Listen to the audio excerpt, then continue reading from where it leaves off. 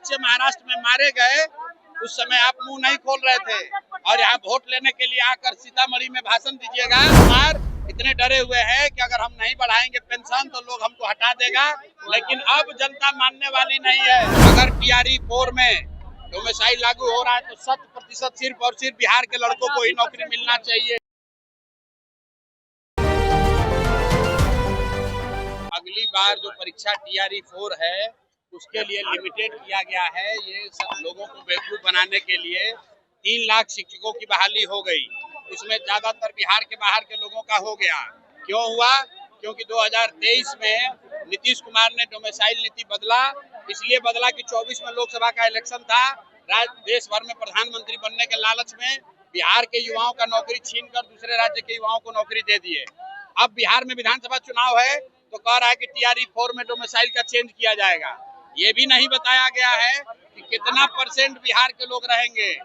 अगर टीआरई 4 में डोमिसाइल लागू हो रहा है तो 100% सिर्फ और सिर्फ बिहार के लड़कों को ही नौकरी मिलना चाहिए। और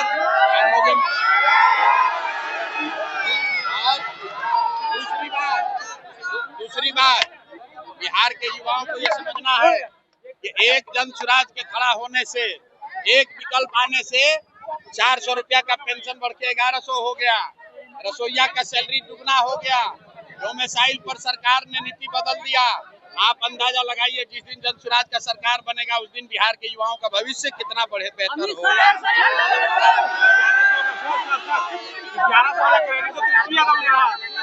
1100 वाला क्रेडिट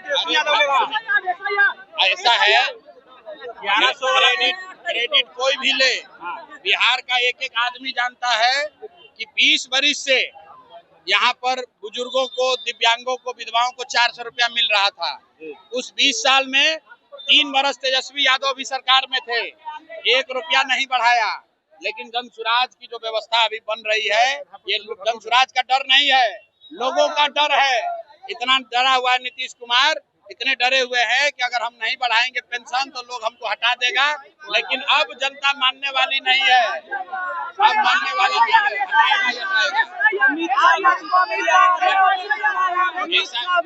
सुनिए, सुप्रीम कोर्ट ने कहा है कि अगर आपके पास आधार कार्ड है तो आपको वोट देने का अधिकार है। इलेक्शन कमीशन, किसी का नागरिकता तय करने का अधिकार इलेक्शन कमीशन के पास नहीं है। ये सुप्रीम कोर्ट का रूलिंग है, इसलिए किसी को डरने की जरूरत नहीं है। सब भाई मिलकर वोट सबको देना है। और दूसरी बात, अगर 10-20 को नाम कट भी जाएगा तो भी मैं भाजपा को ये बताना चाह रहा हूँ कि जितने लोगों का नाम रह जाएगा वही तुमको हराने के लिए काफी। अमित शाह आ रहे हैं, सुनो, अमित शाह, मोदी और राहुल गांधी, आप सबको ये पूछना है कि चुनाव के अलावा अगर अमित शाह, राहुल गांधी और मोदी एक रात भी बिहार में बिताए हो चुनाव के बाहर तो हमको बता दीजिए। ये लोग दिल्ली में बैठकर बिहारियों को गाली देते हैं। अमित शाह आएंगे तो हमारी ओर से, जनता की ओर से, बिहार के युवाओं से सवाल है अमित शाह को कि महाराष्ट्र में भाजपा की सरकार है और बिहार के बच्चों को, हिंदी भाषियों को महाराष्ट्रियों ने मारा है, वहां पर वहां के लंपन एलिमेंट ने, अमित शाह ने उस पर बयान क्यों नहीं दिया? और अगर बिहार के बच्चे महाराष्ट्र में मारे गए उस समय आप मुंह नहीं खोल रहे थे और यहाँ वोट लेने के लिए आकर सीतामढ़ी में भाषण दीजिएगा तो कोई मानने वाला नहीं है।